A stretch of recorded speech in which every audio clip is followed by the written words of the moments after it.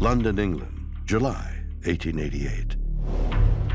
2 months before the horrific Whitechapel killing spree began, an American named Francis Tumblety arrived in the city, although this was not his first trip to London. For more than a decade, Tumblety had sold a number of medicinal remedies in both the United States and England, and had also claimed to be a doctor and treated numerous patients, in spite of the fact that he was not a licensed physician and had no formal medical training. And there are those who believe that this dishonest, self-proclaimed doctor was, in fact, Jack the Ripper. Francis Tumblety, he was an American so-called Indian herb doctor. In other words, he basically was a quack who went around selling alleged remedies, cure-alls, and preying on the gullible. And he was over in London during the time of the Ripper murders.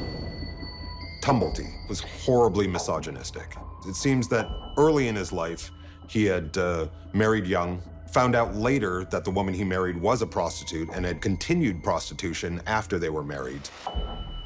And so he would often espouse hatred toward all of womankind, and especially the prostitutes.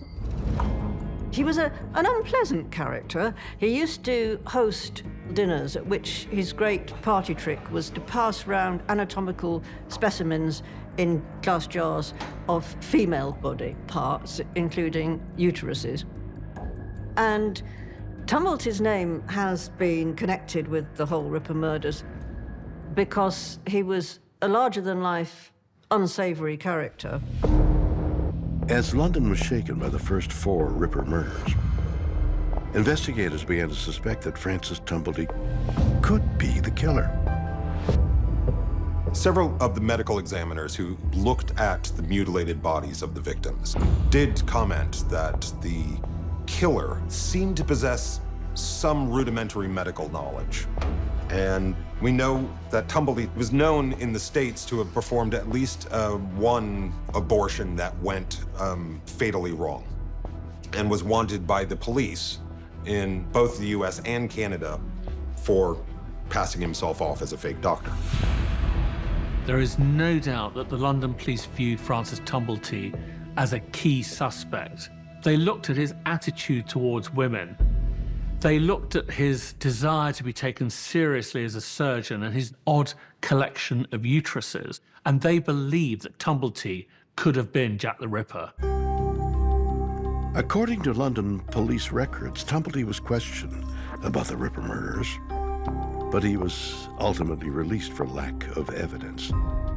Then, shortly after the Ripper's 5th and final victim, Mary Kelly, was murdered, Tumblety left London and returned to New York City. Some historians believe that the timing of these events is no coincidence.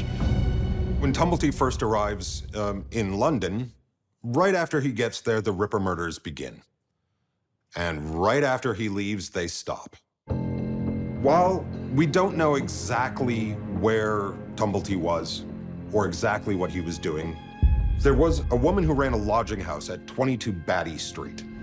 And that is about a 10-minute walk from each of the crime scenes. She had a lodger, and she referred to him as an American doctor. There were rumors that she had found a bloody shirt after this lodger had returned late at night, covered in gore. And then the lodger took up new residence at the Charing Cross Hotel. The day after the last Ripper murder, the lodger from the Charing Cross Hotel disappeared without paying his bill, but left behind a small black doctor's bag. Once it was turned over to the police and the contents were examined, inside they found some herbal medicines, some clothing, a little bit of jewelry, and some pornography, which Tumblety is known to have sold. Now, it's hard to know for certain because this is just a theory. But based on the timeline and the nature of this individual, it is quite possible that he could have been involved in the Ripper murders. The London police may have had trouble proving that Francis Tumblety, the so-called American doctor, could have been Jack the Ripper. But upon his return to the United States, the press had no such trouble convicting him in the court of public opinion. And many people came to believe that Tumblety was the real Ripper.